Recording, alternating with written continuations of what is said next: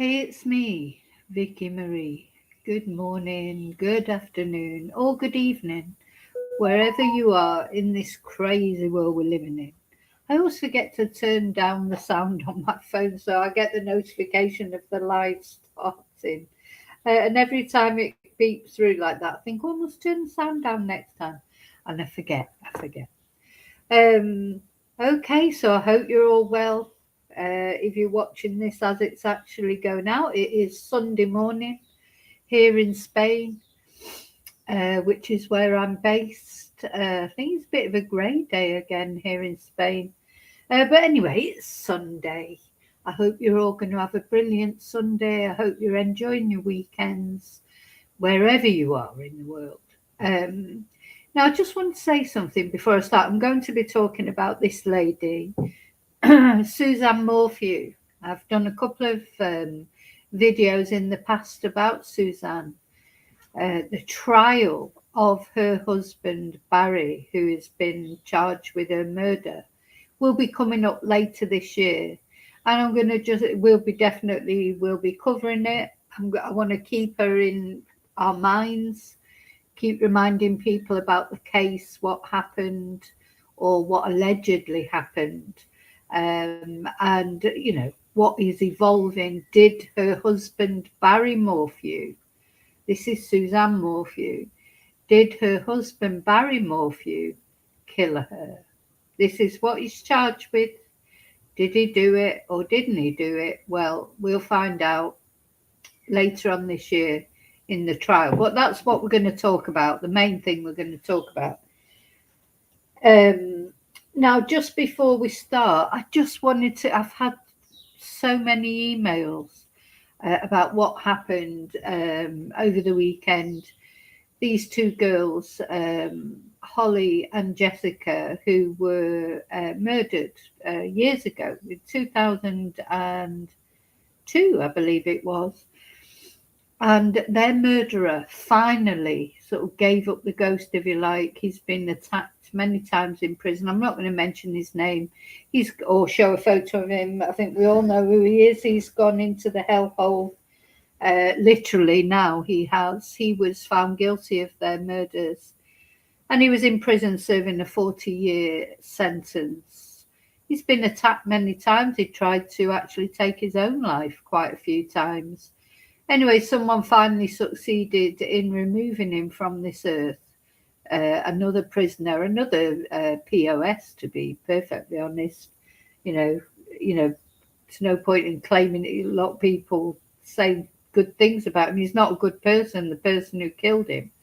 But not many people probably will be sorry, except for perhaps his own mother. And even for her, I think it's a relief for her, because he finally succumbed to his injuries. He hung on for quite a long time on life support machine.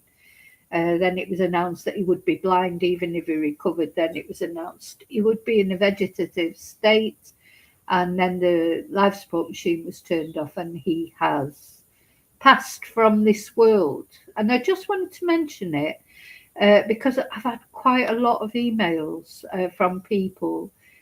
I think this is one of those cases that burned into the certainly in Britain anyway, so this happened in Cambridgeshire and so on, burned into people's consciousness. And it was and I felt it yesterday when the news came that he was actually deceased, finally, really, it felt like he hung on so long.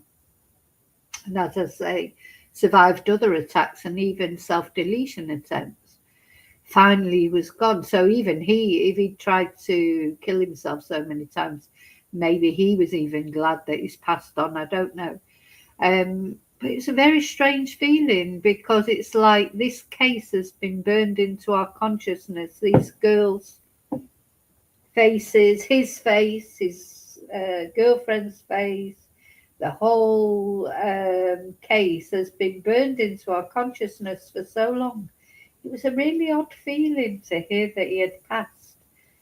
Strange. I can't even explain how it was, and I think it brought up a lot of memories in people of that time, and people have shared with me in emails how they're feeling and how they, it's sort of, you can't rejoice when somebody passes from this world, really, can you? And maybe it would have been better if he would have stayed to serve his sentence.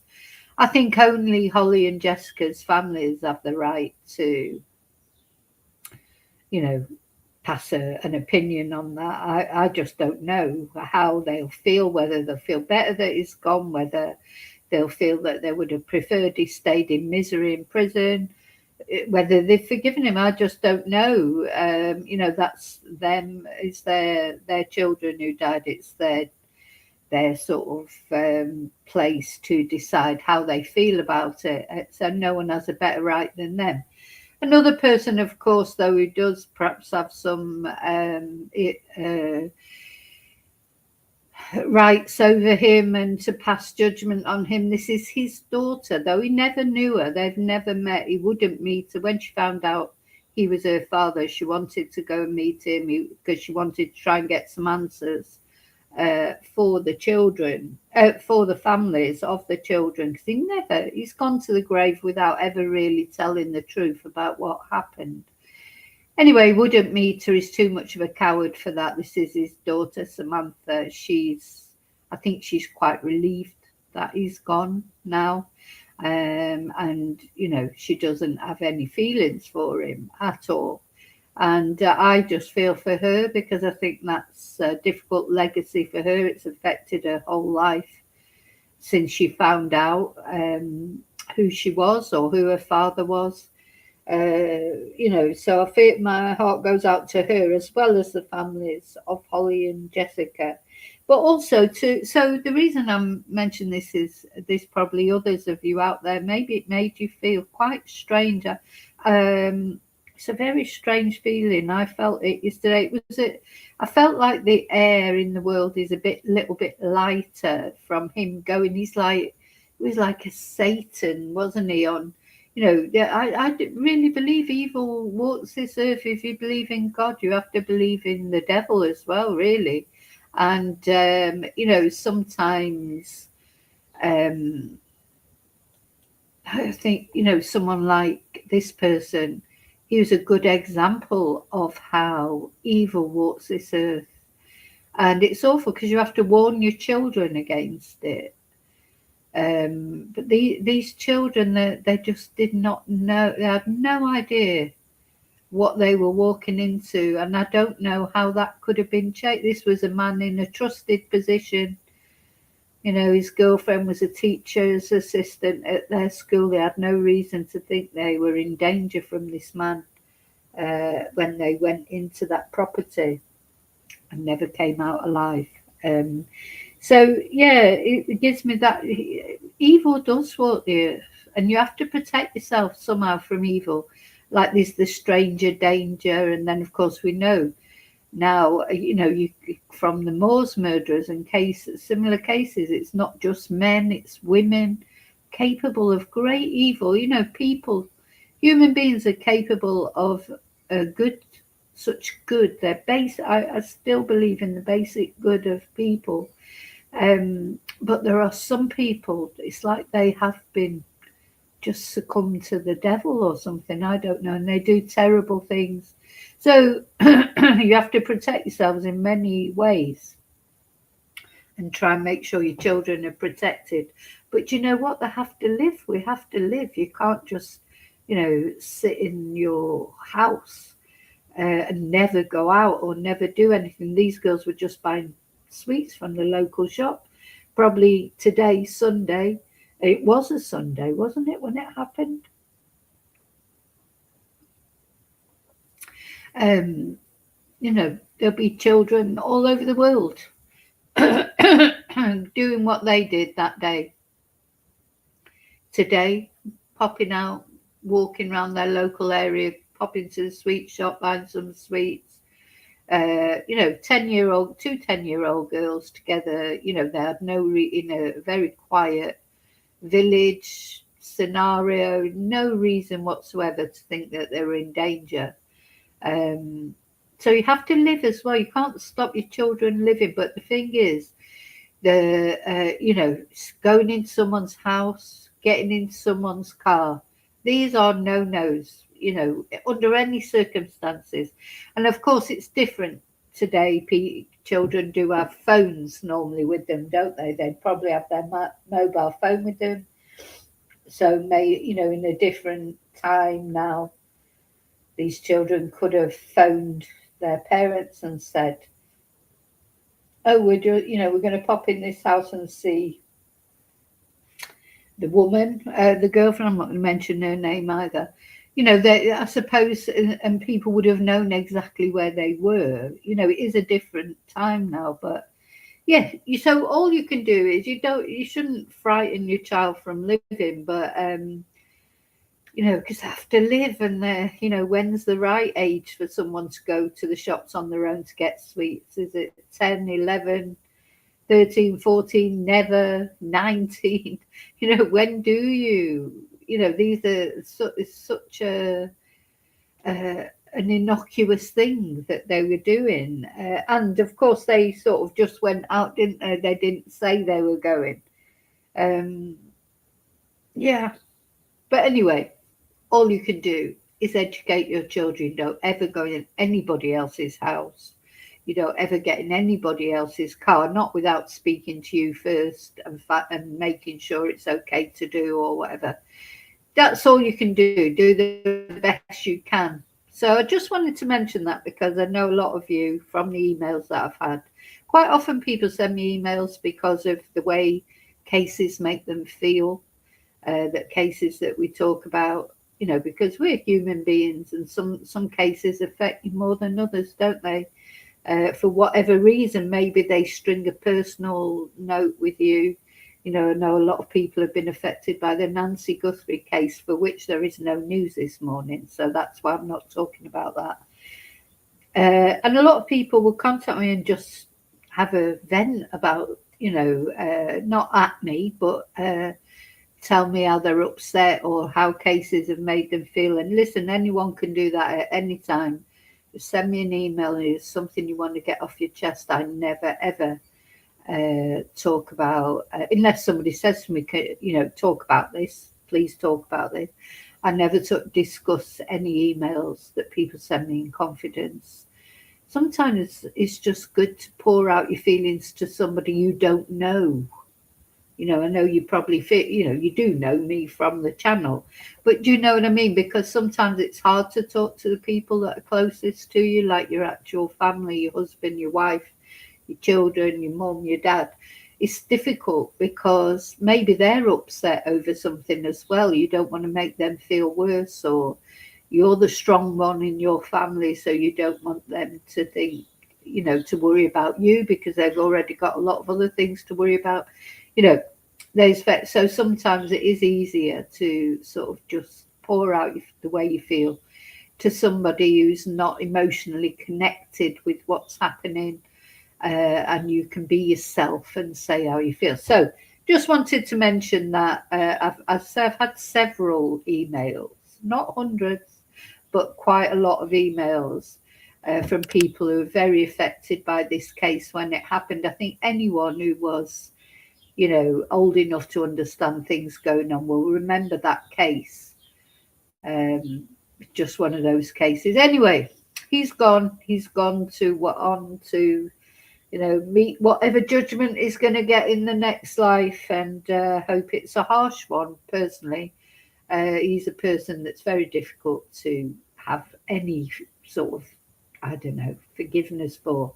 So difficult. But my main concern is for the families and for his daughter Sam and his mum, because that's difficult for her. She, that's her duty as a mother to care about her son. It's not, I think, unless you were ever there, like as a person where your son does something terrible. I mean, what he did is really terrible, but it's difficult because he's still your son. You brought him into the world. So I feel for his mother. I feel for Samantha, and of course the families of Holly and Jessica. But anyway, so this is what we're actually going to talk about. The main thing that we're going to talk about in this video. Suzanne Morphew. Oh, this is one of those cases that I think can get under your skin. I don't know if any of you out there know about it, don't know about it. But it's a case. It's quite an old case, if you like, from when the actual original crime happened. It's taken all this time to sort of, well, it took a long time to actually even find Suzanne's remains, wasn't it? So when did she have, this is Suzanne Morphew, and that she is with her husband Barry in this photo. And allegedly, as I say, the trial will be later this year. Finally, it's took a long time to get this man to trial, a long, long time. And of course, at the end of the day, a long time to get him to trial, but that's not the same as actually finding him guilty. The trial will decide if he's guilty or not, of course. So let's find the date when she went missing. Oh, yeah, because it was Mother's Day. It was Mother's Day when Suzanne in 2020. So we're talking about, a long time ago, really, isn't it? We've got Mother's Day coming up, although I'm not sure if the American, because this happened in America, in Colorado. I'm not sure if American Mother's Day is the same as, certainly won't be the same as Spanish Mother's Day. So in May the 10th, 2020, that Suzanne disappeared.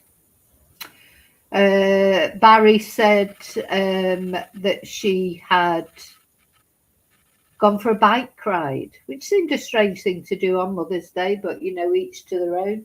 I don't know. Anyway, she didn't. Let's put it that way. That isn't what happened at all. But that's what Barry said had happened. So on Mother's Day in 2020, Barry Morphew, Suzanne's husband, she said she was going on a bike ride, which was something she did on a regular basis. She went on bike rides and she just hadn't come back. So this is how this started. Anyway, she never did come back. And then later, her bicycle was found in a ravine, and I think her hard hat was found. Her bicycle hat was found. Let me just trying to get up more details. So, it was thought that she may have been snatched off her bike. But of course, the police had no evidence that it had been anything to do with Barry. So, time went by. And let me see. Time went by. I think they tried to arrest Barry once, and anyway, the case fell apart. Because they didn't have her body either for quite a long time. Now it's said that Suzanne, when her remains were finally found, and it wasn't the police weren't looking for Suzanne at the time. The police were looking for another lady called Edna, who actually has been found now. So she took quite a long time to be found herself. But anyway, the police were searching for this other lady that had gone missing and found remains, but they weren't the other lady. They were Suzanne. And that's where, and they were miles away from where the bicycle was found. And it's thought, I suppose the full details will come out in the trial, but it's thought that Suzanne's remains were moved at least twice before she was discovered.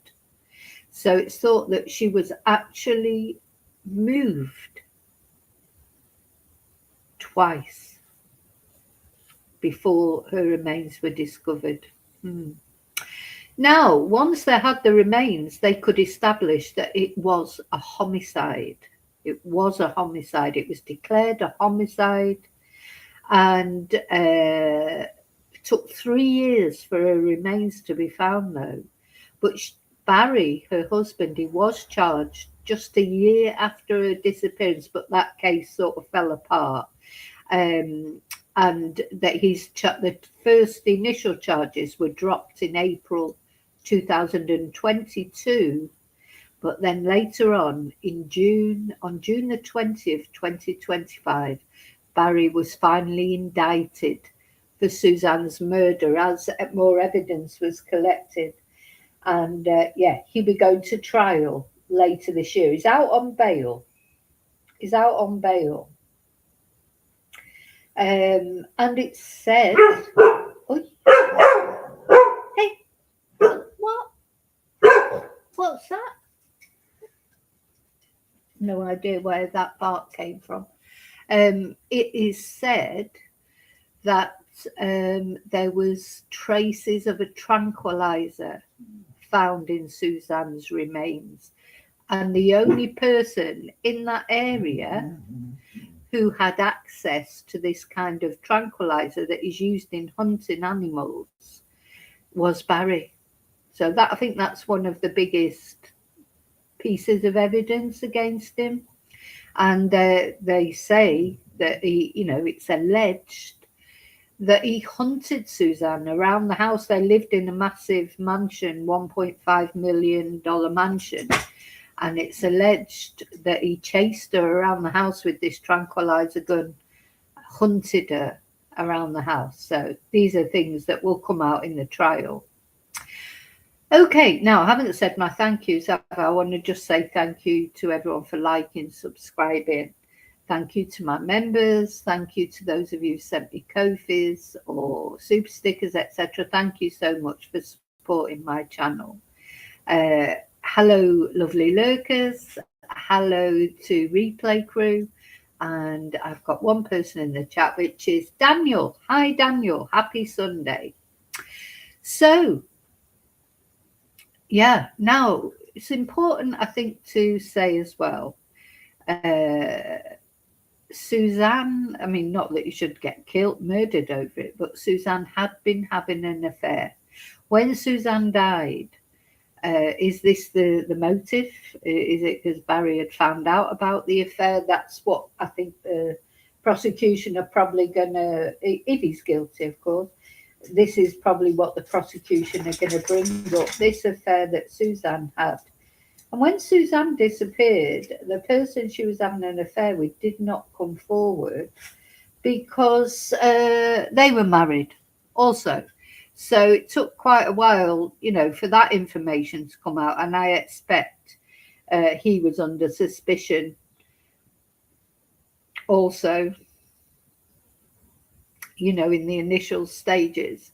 So, yeah, and Barry and Suzanne's marriage was one of those marriages that when you look at all the photos and that, they look really happy. They had money, they had a nice home, they had 2 daughters together, grown-up daughters or teenage daughters at least. And everything on the surface just looked like fantastic, but we know from other cases we've covered and just from life in general, that doesn't mean anything, does it? What you see on social media, it means absolutely nada. And then I think this is a good point to mention her daughters or their daughters who are standing by their father. They are completely convinced, or they say they are completely convinced that their dad has got nothing to do with Suzanne's murder. They stand by him, as you can see. They were very happy when he was released the first time. And I expect they were very happy when he was released on bail the second time, that he was, now. So he's out, he's free at the moment. He's out there free. Apparently he's on dating apps and you name it, he's doing it. And his daughters are standing by them, which by him. But they don't. Thing is, they have lost their mother. I suppose they don't want to lose their father as well. And that, you do. I don't know what's really going on in their heads. Are they really 100% certain that Barry is not guilty, or do they have any doubts? Will the trial make a difference? Things will come out in the trial that maybe they don't know about. We have to wait for that till October, of course. So, as I say, I'm going to be doing sporadic videos about Suzanne and things that are going on, because still a little while till the trial. It'll be October later this year, apparently. It's a case that we're going to follow. Shush, shush. It's a case that we're going to follow. So, what I want to tell you about today, it's now emerging that actually Suzanne's remains still have not been claimed by the family, even though they could have claimed the remains a long time ago. They didn't, but now they want to claim them, but now they can't. Shush. Now they can't. So it's interesting. I wonder why they didn't claim them before, because when they could have claimed the remains, it wasn't being treated as a what's the word, as a homicide, so they could have claimed the remains then, but they didn't. Let me just share this. Shut up, the dog's like chatting away to me. Yeah, let's have a look at this video.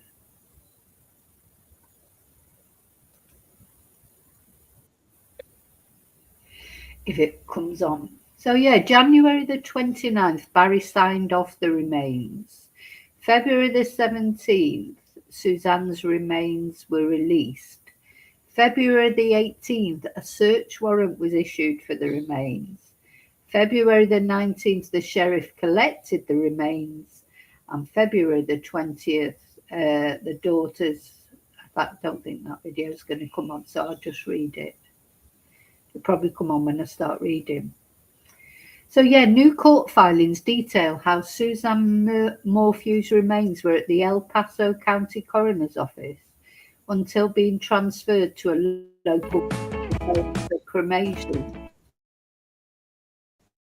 Pueblo Toyota puts you behind the wheel, whether it's... I knew that would happen as soon as the video. So in May 2020, Suzanne went missing from her Salida home. In September 2023, her remains were found in Saguache County. Her husband Barry has been charged with murder twice in her death, the first case being dismissed. Both times he's entered not guilty plea, and his attorneys have maintained his innocence. Oh, there's something happening tomorrow. His current case is set for a status conference on Monday, March the 9th. So, so on February the 20th, 2026, the attorney for Macy and Mallory, which are the couple's daughters, filed a motion asking for the release of Suzanne's remains. Now, the issue that people are having with this is for a couple of years they've been able to collect the remains and nobody has claimed them, and now suddenly they want the remains. So February the 19th, Suzanne's remains were transferred back to authorities by Chaffee County Undersheriff Alec Walker. Her remains were set to be cremated the next day, but now Macy and Mallory are asking for the remains. So is this? So were they about to be cremated by the law enforcement or by the undersheriff because nobody had claimed them? Anyway, the response from the Alamosa County District Attorney's Office to the daughter's motion says in part, in April of 2024, the remains of Suzanne Morphew were made available for release to her family. But notably, at that time, no one was charged with her murder. Further, at that time, family members did not take possession of her remains. It's odd that, isn't it? You'd want your mum's remains, surely. Whether you believed your dad was guilty or you didn't believe your dad was guilty, you would want your mum's remains, surely. And were they at that?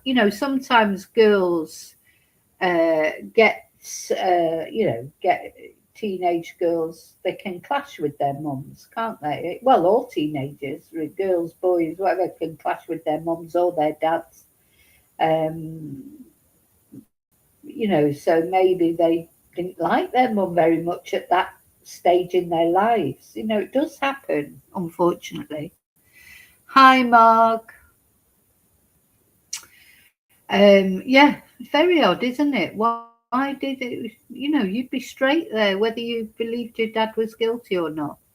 You'd be straight there. You would want to give your mum a. It'd be horrible, actually. I didn't realise. It'd be horrible to think of I mean, I think they're probably skeletal remains, to be fair, because of course she wasn't found so long. But still, her remains, you'd want to give her a decent burial or a cremation or something. You'd want a celebration of life. You'd want some marking of her passing, whether you thought your dad was guilty or you didn't think your dad was guilty. Surely you would want to, you know, it's a rite of passage, isn't it, to have some sort of funeral celebration of life for your loved one. So, a trusted legal expert familiar with the case tells 11 News the timing of the latest developments are strange because the Morphew family has had since April 2024 to claim Suzanne's remains and did not try to until recently. So, because the trial's coming up now, but why would they want her remains now that the trial's coming up? Because all the tests have been done. So the tranquilizer was found in Suzanne's bones. That has been registered. That has been, whether the remains are taken off now and cremated, it won't matter. The police have those tests. The tranquilizer, the tranquilizer was in her bones. So they've got that evidence for their case. I think that's it. Yeah. So it's it'd be interesting to see what happens tomorrow. So he's in court tomorrow for a status conference. Or, well, he's not necessarily in court, but his case is set for a status conference tomorrow. Now, I'm not sure exactly what that means. Will there be some disclosure of evidence, etc.? I think the biggest evidence against Barry is his, wasn't it, his mobile phone data showed that he was all over the house. Like, it looked like he could well be been chasing her around the house. And then this tranquilizer dart. I think a dart was found, wasn't it? Let's have a look. What is the evidence?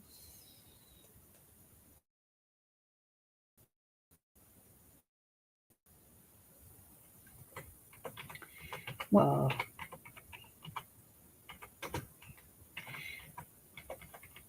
now, I appreciate that this is those girls' dad, and they want to believe him, and that they've lost their mum. They've lost their mum. They won't want to lose their dad as well. So I understand why the daughters are standing by their dad. I do understand that, of course, but you would have a little lingering, because surely the daughters will know, that their marriage was not what. Let me just share this. I'm going to try and look at the evidence so far. Just make sure it's sharing. Yeah. Children, I'm sure they know that the marriage was not uh, all sweetness and light. It wasn't.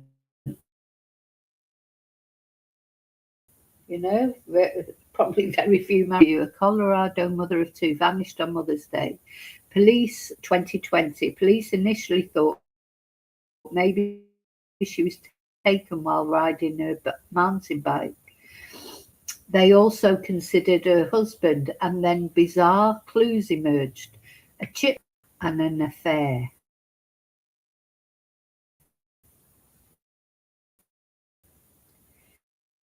So 25 years they were married altogether, and I said, look at all these photos, how happy they look. Honestly, what it was showing before when I looked at it. Yeah, you do, you look at these photos, they look very happy together, don't they? But, means nothing, does it? So they grew up in the same hometown of Alexandria, Indiana, and met in high school. Suzanne was popular and well liked. Barry was a star baseball player who was drafted by the Toronto Blue Jays. They began dating after Barry graduated high school and they married in 1994. Barry started a landscaping business and Suzanne was a school teacher before leaving the job to raise their two daughters, Mallory and Macy. There's Suzanne with the daughters that are convinced their father did not do anything to Suzanne. Indiana to a home just outside of Salida, Colorado, to be close to their older daughter, Mallory, who was attending college nearby. But there are also rumours that the move was an attempt at a fresh start for their troubled marriage. So, yeah, Mother's Day is when she went missing. Barry said she'd gone out on a for a bike ride. He, early in the morning, this is his story. Barry left his home just outside of Salida to drive to a job site 150 miles away in Broomfield, Colorado. And the couple's daughters, who were away on a camping trip and making their way home, texted their mum wishing her a happy Mother's Day, but she did not respond. And Mallory then told her dad they can't get hold of Suzanne. He spoke to one of their neighbours, asked them to check on her and see if her mountain bike is at the house. But they found no sign of her or the bike, and Barry asked them to call the police. And instead of heading home immediately, Barry dropped off a shovel and some other tools for his co-workers at a hotel where he had booked rooms for them and himself, and he started driving home just after 6 p.m. So this is the bike, how it was found in the ravine. Suzanne's back as if she'd fallen off it or someone had pushed it over there. So this photo taken from police body cam footage showed by the sheriff's deputies on the side of a cliff or a road near the family home. No clothing, blood, or evidence of a struggle were found, and Suzanne's helmet was discovered about a mile away off the side of Highway 50. Her sunglasses and hydration backpack were found inside her car, leading investigators to surmise the scene may have been staged and that Suzanne never really went for a bike ride that morning. So here's her bike. It was recovered. And this is the bike after the investigators recovered it. Just make sure you can see it. I think it is showing. Yeah.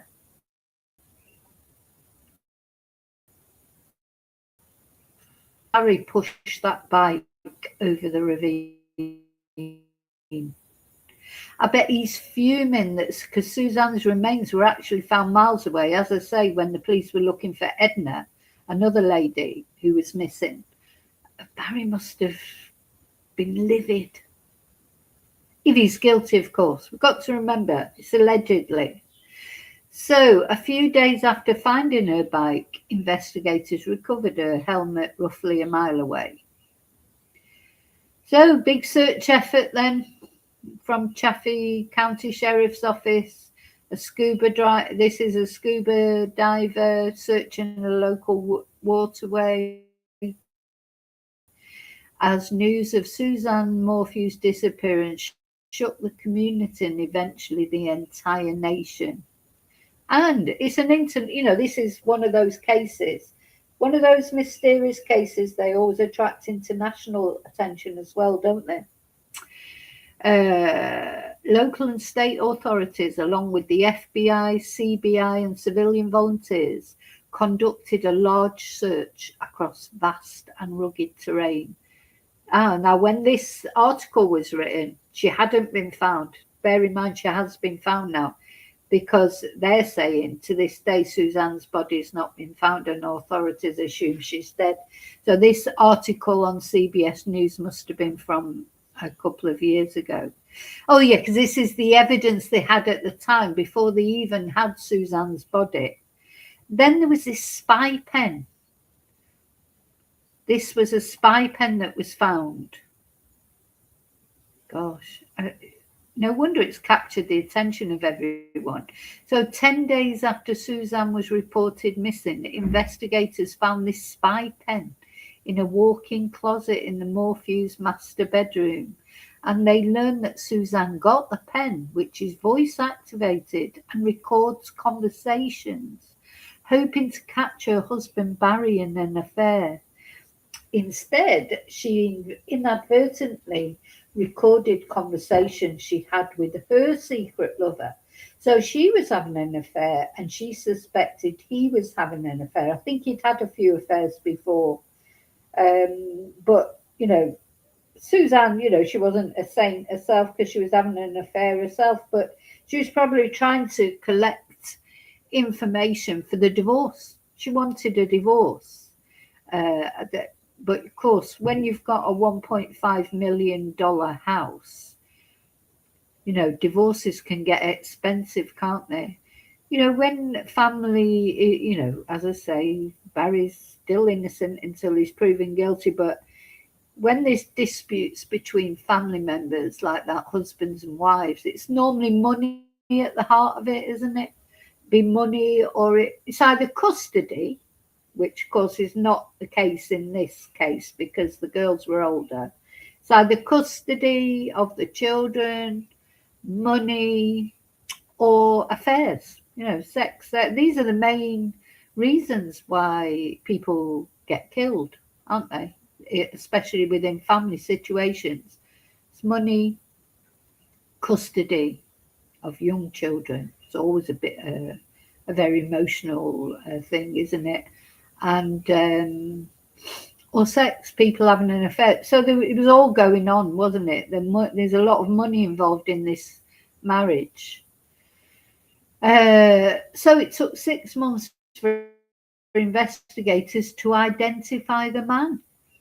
So the person that Suzanne was having an affair with, he did not come forward when Suzanne went missing because he was married himself. So he did when they did find out. So it turned out he had a wife and 6 children in Michigan where he lived. He never came forward on his own after Suzanne vanished, and he took steps to hide their affair. But once agents came knocking, he cooperated and he provided access to his DNA, phone records, and passwords for deleted accounts. Investigators were able to verify his alibi and he was cleared. So he has been cleared. Anyway, on May the 9th, the day before Mother's Day, records show Suzanne Morphew and her lover messaged each other 50 times, leading up to the moment that investigators believe that Barry murdered his wife. At one point, Suzanne messaged her lover a selfie, which investigators dubbed her last proof of life photo. That's the selfie that she sent him. So this is thought to be the last photo that Suzanne took of herself, or the last proof of life that she sent to her lover. Did Barry really, maybe caught her doing it and he got angry? I don't know. Anyway, Barry, who was out running errands, sent Suzanne a text at 2:26 p.m. telling her he was on his way home. When he had no response from Suzanne, he texted her again, "Did you leave?" and was met with silence. And investigators believe that Barry returned home soon after, killed Suzanne, and cleaned up the crime scene. But if he knew nothing about Suzanne's affair, what motive would he have to kill her? One clue may be a deleted text that investigators found on Barry's phone, sent by Suzanne just days before. "I'm done. I couldn't care less what you're up to and have been for years. We just need to figure this out civilly." So, of course, that's suspicious in itself. Why did he delete that text? I don't know why people still do this as well, because you should know by now that it doesn't matter if you delete a text or not. When you delete a text, okay, then your wife couldn't read it or anybody else couldn't read it, but the police can read it. It doesn't matter if you delete it. It doesn't matter if you take your phone down to factory reset. Like Stefan Stearns discovered, and Erin Patterson. Factory resets, these kind of things, deleting texts, they don't fool the police, do they? So then, this is a picture from the crime scene, if you like, or the alleged crime scene. And what they're saying is this sign of a struggle. So there's a dark vertical crack along the doorframe of the couple's master bedroom. And when investigators showed Barry a photo of the damaged door frame, he explained that the prior owners said it was, explaining that the prior owners said it wasn't there when they sold the house to the Morphews. Barry was asked if that was the result of an argument or him being locked out, and he said, "I have no idea what that's from." Investigators believe that Barry may have damaged the door as he tried to get to Suzanne after shooting her with a tranquilizer gun. Oh, it's horrible to think what Suzanne went through. It seems like he shot her with a tranquilizer gun and then chased her around this house. So this picture here, this is their $1.5 million house. See, that's the other problem, isn't it? When you live in these remote areas, yeah, it's whether you're at risk. That poor woman, what she must have gone through, if it's true. She's gone through a lot, hasn't she? Cell phone records lead to a chipmunk alibi. Oh, that's right. He said, so these cell records show how he was all around the house. He said he was chasing a chipmunk, trying to kill it. That's what he said, I believe. Cell phone records appear to show Barry Morphew's phone pinging all around the house on May the 9th. And when he was asked about this unusual phone activity, he told investigators he was running around the property shooting chipmunks, which Barry says were a constant nuisance. Urgh. However, investigators believe this unusual phone activity could be Barry chasing Suzanne around the house after shooting her with the tranquilizer gun, or trying to shoot her with the tranquilizer gun. And the satellite image of the Morphew home shows some of these ping locations from Barry's cell phone. So yeah, you can see he's all over the house there. Was she running, trying to get away from him? Then did she lock herself in the bedroom and then he broke the door down?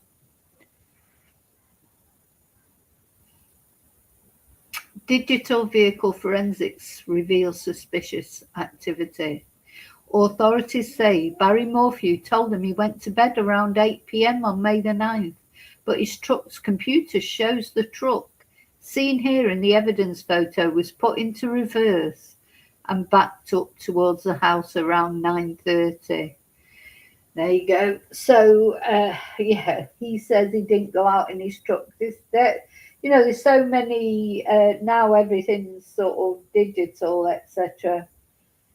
They could tell that he did. He said he went to bed, but he didn't. And not only they know that he used his truck, they can even tell that he backed it, he reversed it up to the house. Was that to put Suzanne's body in, to take her somewhere? Round about 9:30 p.m. And then this was the very important piece of evidence. This is a cap from a tranquilizer. So investigators discovered this clear plastic needle cap in the Morphew family's dryer. So he'd obviously cleaned up after himself and possibly did this tranquilizer cap. Did he not see it and it ended up in the dryer? Prosecutors contend it's an important piece of evidence. They believe that when Barry Morphew arrived home the afternoon of May the 9th, he went to the garage, took this cap off a syringe used to load a tranquilizer dart, injected the dart with a chemical, and shot Suzanne. However, they failed to find a working tranquilizer gun or tranquilizer chemicals in the home.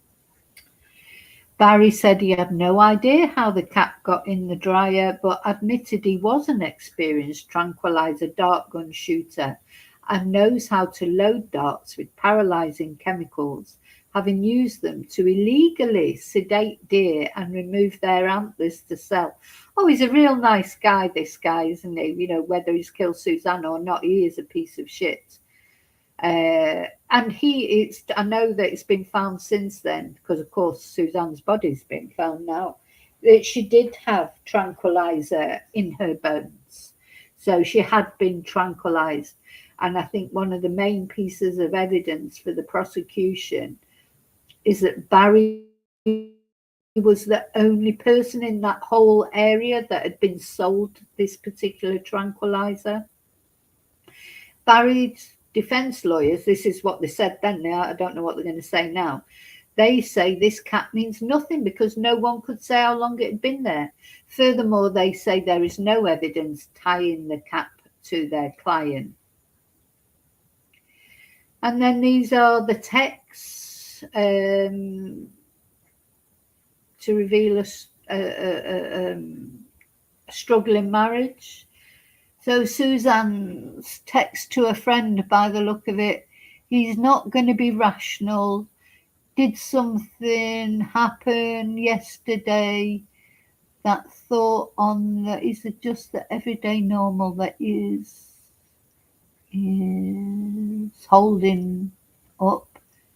Can't read all that. And wearing you down. Maybe if I put my glasses on, I might be able to read it better.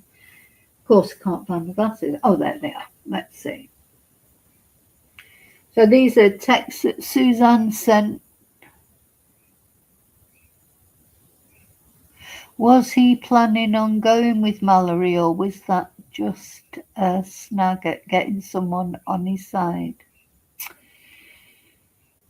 He asked me if I'm talking to anyone about our marriage. He came home when the girls are gone. He won't speak of divorce. He's begging for another chance. I'm so torn. He uses the scripture when it's convenient. Yeah, I'll bet he did. He threw the 70 times 7 at me. Yeah. So a slew of text messages between Suzanne and a close friend in the months and days leading up to her disappearance reveal that the Morphews' marriage remained rocky. These are just a few of the texts showing Suzanne's anguish and concerns about her husband. In one text she writes, I feel no peace when he's here, and I would not feel safe alone with him. On March the 25th, 2020, she texted her friend, "He won't speak of divorce." And on May the 6th, just before she disappeared, she texted Barry, "I'm done. I couldn't care less what you're up to and have been for years. We just need to figure this out civilly." Oh, so he's an avid hunter, an outdoorsman. Yeah, so that's their house, obviously. This photo shows some deer heads. Where, oh, are they real? How could, I just don't know. You can have dead animals in your house. Sorry. So this photo shows some deer heads displayed inside the Morphew's home. And when investigators told Barry Morphew that a tranquilizer dart had been fired in or around the house and they could not explain it, he responded, "The first thing I thought of when I came here and saw deer in my yard with big horns, I'm like, I'm getting them horns. And I'll tell you exactly what I did. I shoot them. They go to sleep, I cut their horns off. It's totally illegal, but you're going to find tranquilizer darts around my property because I have done that." So he probably feels, oh God, it's a horrible person. He probably feels that if he confesses to a lesser thing, even though it's illegal, of killing deers and chopping their horns off. Oh, what a horrible person. Anyway, then he did multiple trash runs. He can be seen here dumping trash. On May the 10th, the day she was reported missing, they investigators discovered that he threw out trash at multiple locations around Broomfield, Colorado, while in town for work. This photo, taken from hotel surveillance footage, shows Barry throwing out trash in a dumpster. Barry told investigators he often dropped trash in accessible bins to avoid paying to having it disposed of at a landfill. Investigators, however, believe Barry was disposing of evidence. Yeah. So, oh, look, he's got scratches on his arms. That poor woman. Oh, the poor woman. That's like someone's nails digging into his arms. How's he explain that away, I wonder? According to the prosecution theory, there was a physical altercation leading up to Suzanne's murder, as are apparent from these scratch marks on Barry's arm in a photo taken by investigators 3 days after she went missing. So 3 days after she went missing, he's got these marks on his arm. There he is. This is the booking photo just after his arrest. Nearly a year after her disappearance, he was charged with first-degree murder and tampering with physical evidence and other charges. And in the arrest affidavit, prosecutors spelled out what they believe happened to Suzanne. It became clear that Barry could not control Suzanne's insistence on leaving him, and he resorted to something he's done his entire life: hunt and control Suzanne like he had hunted and controlled animals. But yeah, here's the daughters. They're sticking by him. Macy and Mallory don't seem to have, any doubt in their mind he's innocent. Maybe he is, but let me know what you think. It's all conjecture at the moment until the trial, but what do you think of the evidence? So he's pled not guilty, sorry, to all charges, and he was released from jail on bond with his daughters by his side. That was the first time. Since then, he's been arrested again because since then, Suzanne's body was found. The test showed that she had tranquilizer in her bones. So then there was a new twist: mystery DNA in the car. So investigators discovered mysterious male DNA in this Range Rover belonging to Suzanne. and DNA tested revealed at least a partial match to an unnamed man connected to 3 unsolved SEX assault cases in Tempe, Phoenix, and Chicago. Now, the only thing I would say about that is, I mean, there's always a possibility that somebody else might be involved, and it might not have been Barry. But somebody took the bike somewhere, threw the helmet down, moved the body twice. Do random people do that? Anyway, Barry Morphew's legal team says it intends to file a civil lawsuit claiming prosecutors withheld more specific exculpatory DNA evidence until after his preliminary hearing in August, which decided the case against Barry is strong enough to go to trial. So as I say, we are further on than that now, because now this is defence lawyer at the time by the look of it, yeah. Now, as I say, they do have Suzanne's body, and they do have, the sedative that was found in the bones. So,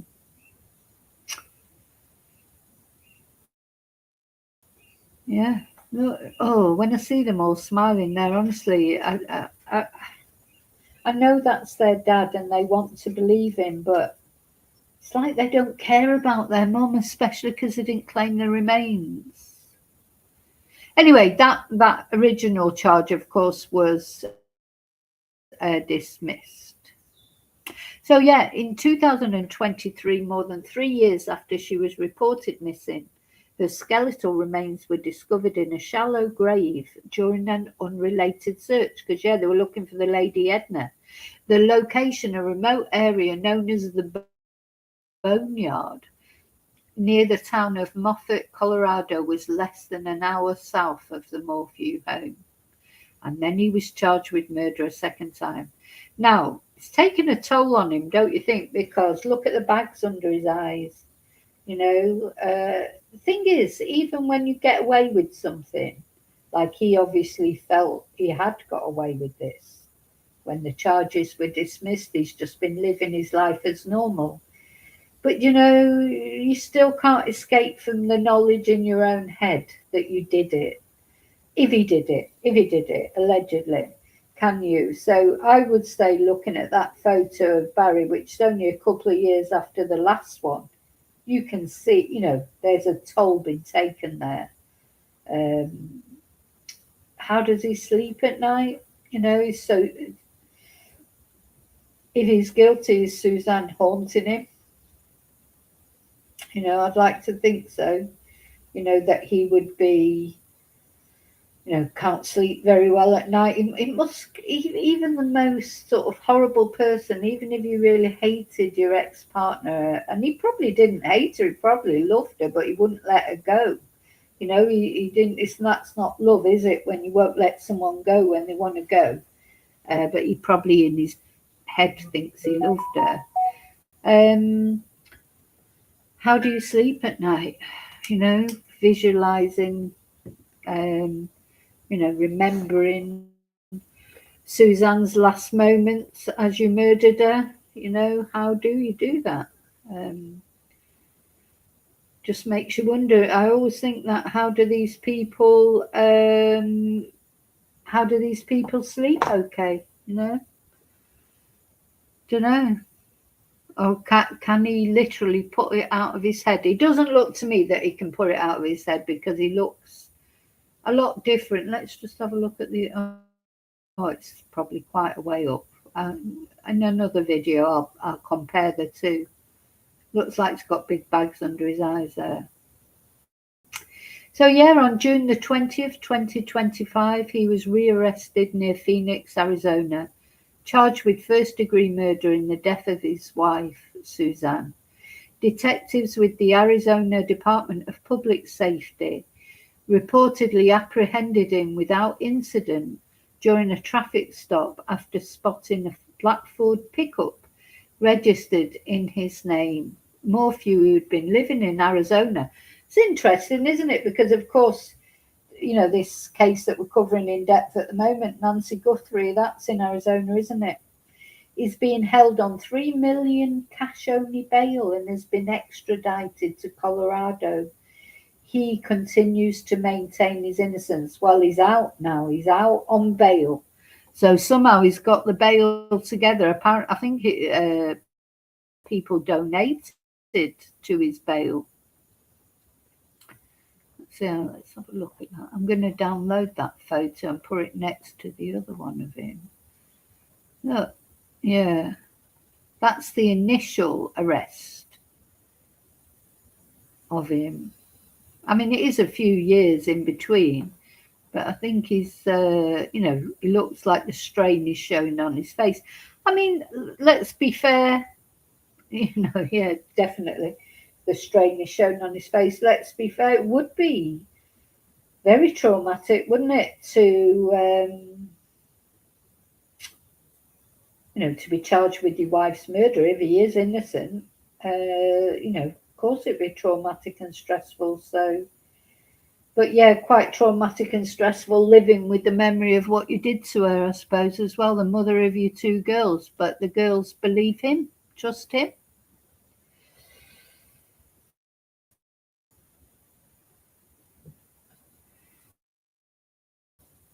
Ah, yeah, the Baden Clay. Oh, yeah, because he's up for bail, isn't?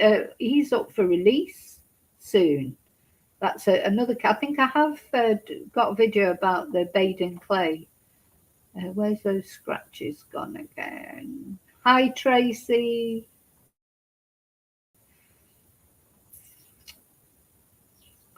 Yeah, so the only thing, so there's a lot of evidence against him.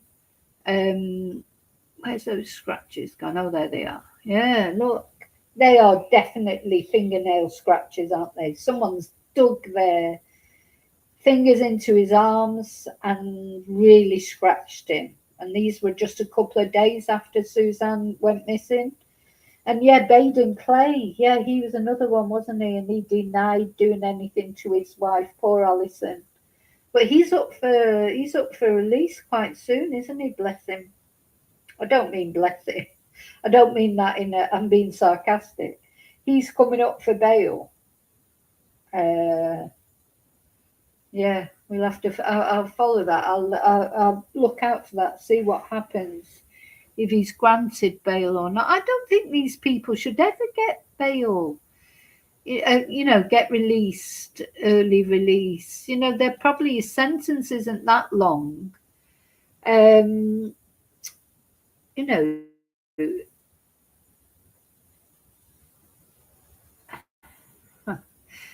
Yeah, sorry, I'm just looking. Yeah, chasing the chipmunk with a tranquilizer gun. Apparently, I don't know what. I don't know what. That's his story. But maybe the chipmunk did this to him. Maybe the chipmunk bit him. It's a bit like the Gus Lamont, the GMAR, isn't it? Saying that she only took that gun out to the Daily Mail reporter because she was shooting a snake on the porch. These people, they think people are stupid, but then, his daughters believe him. So, but if it's the only thing that I think, because if there's a mystery DNA found in her car, which apparently is or whatever, it's only a partial match, don't forget. And the thing is, I don't know what the prosecution are going to say about that when it comes to the trial. Is that somebody who cleaned her car? Is it somebody who parked her car for her? Whereas, and just a tiny bit of, wouldn't there be more, to me, if it was somebody else who did this crime, which it always could be because he's pleading innocent, why was there not more DNA? If that person has chased Suzanne around the house, don't forget, put her bicycle into the ravine, her helmet into the ravine. Why is there no DNA on there? Because of course, Barry's DNA will be all over the house. There's nothing, that he lives there. So, or he has lived there. I don't know if they were, I think, yeah, he was still living there. So his DNA is going to be all over everything. And even if it's on her bike, he's touched her bike. He's touched her helmet probably. That wouldn't mean anything, would it, if Barry's DNA was on the bike and the helmet? He's her husband and he lives there. This is the more, this sort of evidence is the more, damning stuff, isn't it? The scratches, the tranquilizer gun cap, the door being broken, the bedroom door having the big split up it. Those are the things that he says he has no idea how that happened. These are the more important bits of evidence. Him disposing of the trash. There he is with all these deer heads. Ugh, what a disgusting man. Sorry. Whether he's killed Suzanne or not, it's disgusting, that for me. Just horrible to do, just cruel. Even the running around shooting chipmunks, just put something. He's got no respect for life. Yeah, the text from Suzanne to her friends, the cap that was in the washing machine. The fact that his car, he said he hadn't driven his truck, but actually the records on the truck show that he had driven it and he backed it up to the house. Was that to put Suzanne's body in or to put the bike in, take the bike off and dump it in the ravine? His cell phone pinging all around the house. So this is evidence. The broken door. Oh, bless her. Ay, ay, ay, ay.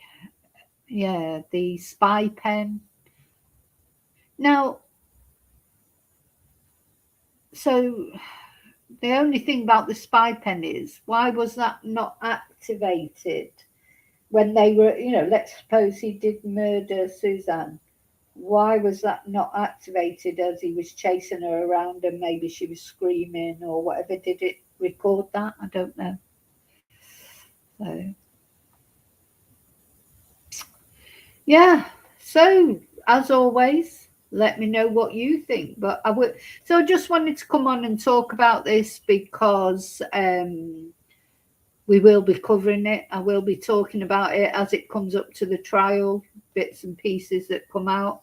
But of course, the main thing I was wanting to talk about here, I've ended up talking about the whole case, but was the fact, do you think it's strange that you would leave your mother's remains for 2 years and not claim them? And then suddenly, as the trial's coming up, now they want them. They want the remains now. I mean, they'll probably get them, I would imagine. I mean, Suzanne, she shouldn't be, she was being left just bloody moved twice. So don't forget that law enforcement have said they think her remains were moved at least twice before they were found where they were found. So this poor woman's remains have laid out, just not being dealt with in a respectful manner for years. And then when her daughters got them back, and Barry, I mean, he was, at the end of the day, it was his wife. If he didn't kill her, whatever had happened to their relationship in the end, he should want to, this is the mother of his children, he should want to treat her remains with respect, a burial, a ceremony. Just very strange, the way the daughters are all for him. As I said, I don't blame them for supporting their dad. I mean, they want to believe him. Of course they do. I understand that. But surely they would want their mum to be laid to rest in a proper manner. I don't know. It's like, I mean, just beyond me. But anyway, that's how it is. So I'll let you know this and of course other cases that we were following. We're following. I'll let you know if there's any developments. We'll look at this case intermittently as it's coming up to the trial. And we will see if Suzanne gets justice. I mean, the police will have more things probably when the trial comes up. We'll find out all the, all the details. But they've got quite a lot on him already. Will he change his plea when it comes closer to it, or is he confident that he's going to be found innocent? It'd be interesting to see what happens. But yeah, so let's hope for justice. For somebody killed her. It's been declared a homicide, so somebody killed her. And if it wasn't Barry, then who is it? But we'll see. Thank you for watching. Please remember to like, subscribe, press notifications. I'll see you really soon in the next video. And until then, may your God go with you. Thank you.